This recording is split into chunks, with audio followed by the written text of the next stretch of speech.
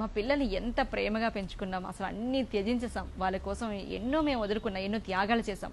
అయినా ఇవాళ రోజు అసలు మా అమ్మాయి లేదా మా అబ్బాయి మమ్మల్ని చూడడానికి కూడా ఇష్టపడట్లేదు. మేము చేసిన తప్పేంటి, మేము చేసిన నేరం ఏంటి, మేము చేసిన పాపం ఏంటి అని చాలా బాధపడుతుంటారు. నిజానికి ఇప్పుడు ఇందులో తప్పు ఎవరిది అనుకోవచ్చు? వీళ్ళ పెంపకంలో లోపమా, లేకపోతే ఆ పిల్లల ప్రవర్తన లోపమా, ఏమనుకోవచ్చు? చూడాలని కోరుకోవటమే తప్పు.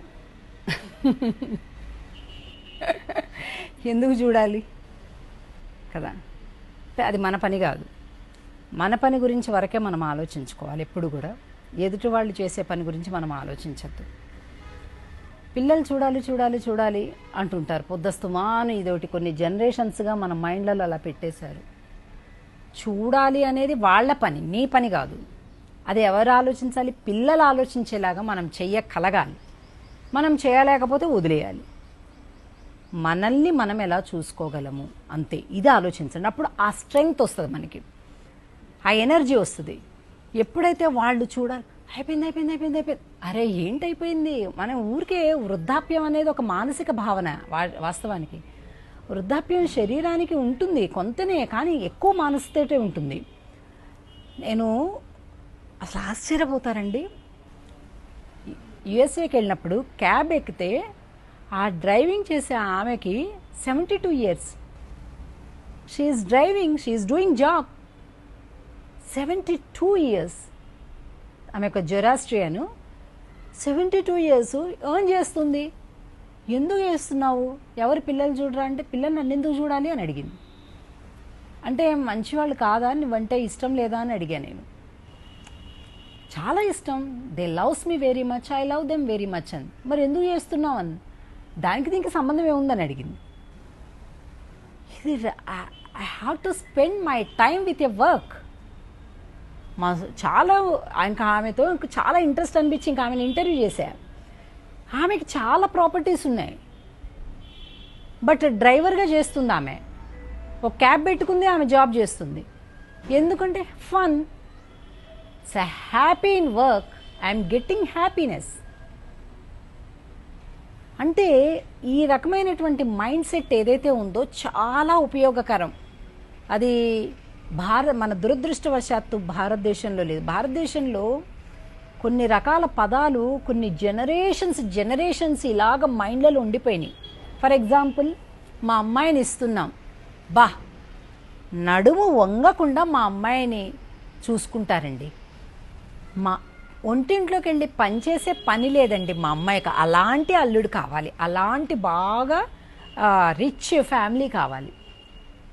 మా అబ్బాయికి పెళ్లి చేస్తే వాడు ఎక్కడికి వచ్చింటే అక్కడికి కాఫీ కప్పు లేకపోతే భోజనం పట్టుకొచ్చే కోడలు కావాలి. నేను ఈ ఒక్క పని చేసి ఇంకా జీవితాంతం హాయిగా కాలేసుకొని కూర్చుంటాను. ఏంటిది పొద్దస్తు మాను.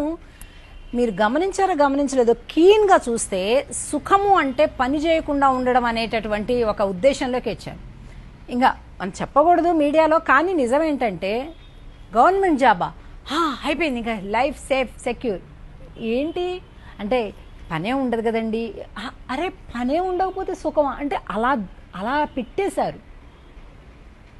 పని చెయ్యడం, కష్టించి పని చేయటం అనేటటువంటిది ఉన్నత జీవితం అనేది ఎరేజ్ చేసేశారు. ఏమీ చేయకుండా కూర్చోవటం అనేది సుఖం. సుఖానికి మీనింగ్ మార్చేశారు. అందరికీ సుఖం కావాలని ఉంటుంది. ఇప్పుడు సుఖం మీనింగ్ మార్చేశారు. ఇక ప్రతి ఒక్కళ్ళు కూడా ఊరికే రావాలి, అన్ని ఫ్రీగా రావాలి. ఫ్రీ పెళ్లి చేసుకునే అమ్మాయికి మొత్తం భర్త తరపు కుటుంబం నుంచి. అందుకే కదండి పెళ్ళిళ్ళు అవ్వట్లే అసలు సరిగా. అమ్మాయిలు దొరకడంలే, ఎందుకంటే అమ్మాయిల ఆశలు టూ మచ్ అయిపోయినాయి. అందరికీ కోకాపేటలో ఇండిపెండెంట్ విల్లా ఉండే మొగుడే కావాలంటే ఎక్కడి నుంచి దొరుకుతాడు? అందరికీ పిఆర్ గ్రీన్ కార్డు ఉండే మొగుడే కావాలి, అమెరికాలో గ్రీన్ కార్డు ఉండే మొగుడే కావాలంటే ఎక్కడి నుంచి దొరుకుతారు? అంటే ఆశలకి లిమిటేషన్ లేదు. మనం ఏమీ చేయకూడదు, ఊరికే పక్కనోళ్ళు అన్నీ చేసేస్తే ఊరికే క్యాప్చర్ చేయాలి. అలా కోరుకునే మొగుడున్నా తప్పే, అలా కోరుకునే పెళ్ళాం ఉన్నా తప్పే, అలాగుండే పిల్లలున్నా తప్పే. కాబట్టి ఆ ఫ్రీగా అన్నీ పొందాలి, కష్టించే స్వభావం లేకుండా ఉండాలి అనేటటువంటిది కొన్ని జనరేషన్స్ అలవాటైపోయి పాపం అందరు ఎలా తయారైపోయారంటే 50 ఏళ్ళు వచ్చి అని నీరసంగా పలకరు. 50 ఏళ్ళు వస్తే ఏమిటాయి? 50 వస్తే 60 వస్తే 70 వస్తే వాట్ ఈస్ దేర్? నువ్వు యాక్టివ్గానే ఉండాలి ఇప్పుడు కూడా. నువ్వు డిపెండ్ అవ్వకూడదు అసలు. నీకేం రాదు, అన్నీ వచ్చు నీకు. ఇంత బియ్యం వండుకోవడం రాదా? వయసు అయిపోయేటప్పుడు నాలుకకి ఎక్కువ వాంటింగ్స్ లేకుండా ఉంటే బెటర్ కదా. అవి వండేసుకోవాలి. వండడం వస్తే ఫన్, అది ఫన్ అనుకో. పని చేయడం ఫన్ అనుకుంటే నీకు ఎప్పుడు ఇబ్బంది ఉండదు. అసలు ఆ రోగాలు కూడా ఏమీ రావు. ఎందుకు వస్తాయండి రోగాలు?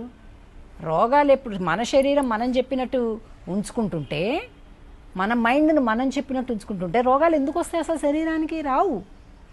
కాబట్టి మనం ఆలోచనలో కానీ శారీరకంగా కానీ నిరంతరం ఆరోగ్యంగా ఉండాలి.